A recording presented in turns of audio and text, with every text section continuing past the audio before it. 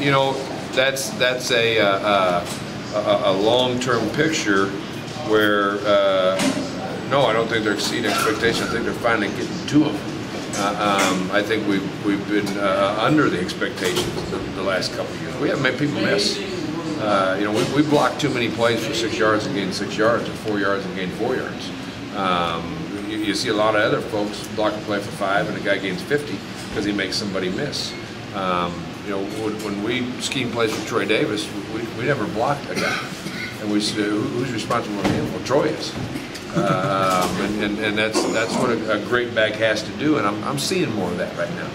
Sure, am I a natural leader? I mean, he's very vocal, and Coach says that's one of the things that he's liked about him, is taking on that role pretty well. He is vocal. There's no question about that. He'd stand out in church as vocal as he is.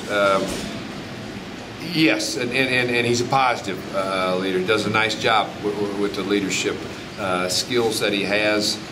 He's come so far in his football intelligence, and to be a leader, you have to have credibility. It's one thing to be productive in making plays, but you got to be in the right spot, and you got to do the right things on and off the field and so forth. And Jeremiah is doing all those things. Is there anything specific you want to see in the next couple of weeks from the team as a whole?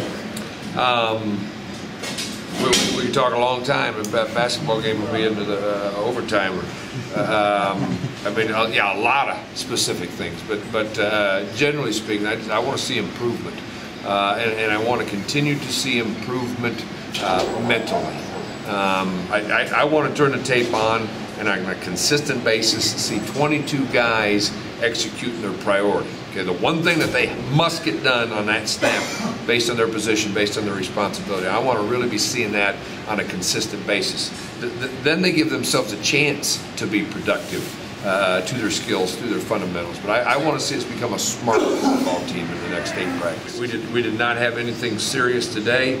Matter of fact, might even get a guy or two back on Tuesday. I think Bibbs and Run will both be back on the practice field on Tuesday, and I know myself and Ben Boson appreciate that. Ted had a hamstring he pulled up with on Tuesday. He'll probably have a shot to go Saturday. Usually when a guy's in a lot of pain, he doesn't laugh and giggle as much as I saw him today, so I got a feeling he'll probably be back. TJ Mutcherson missed the scrimmage with high fever, and we'll be hoping to get him back. He's having a nice spring. Is the defense as a whole that the segment that you need to see that, I guess, intelligence take on a little bit more based on the experience? Yeah, I think it's both sides of the ball, but you know, we're really young after that first group. We're young with some guys in that first group.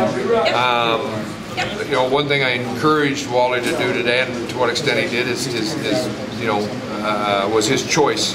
But just to be really simple with those guys, and then let's find out who can get off the block and cover a receiver and make plays.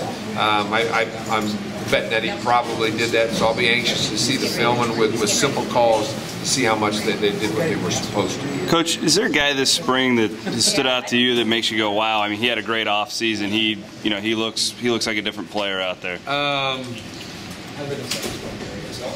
No, and it's the one thing I probably walked off the field with thinking today, is that there was no impact player out there today. There were a bunch of guys that did good things, but I didn't stand out there and really have 1, 2, or 3 guys that really stood out to me. It's not a bad thing. Mm-hmm. I think that's more of a whole, that we got more guys doing things right and playing well. Whoa.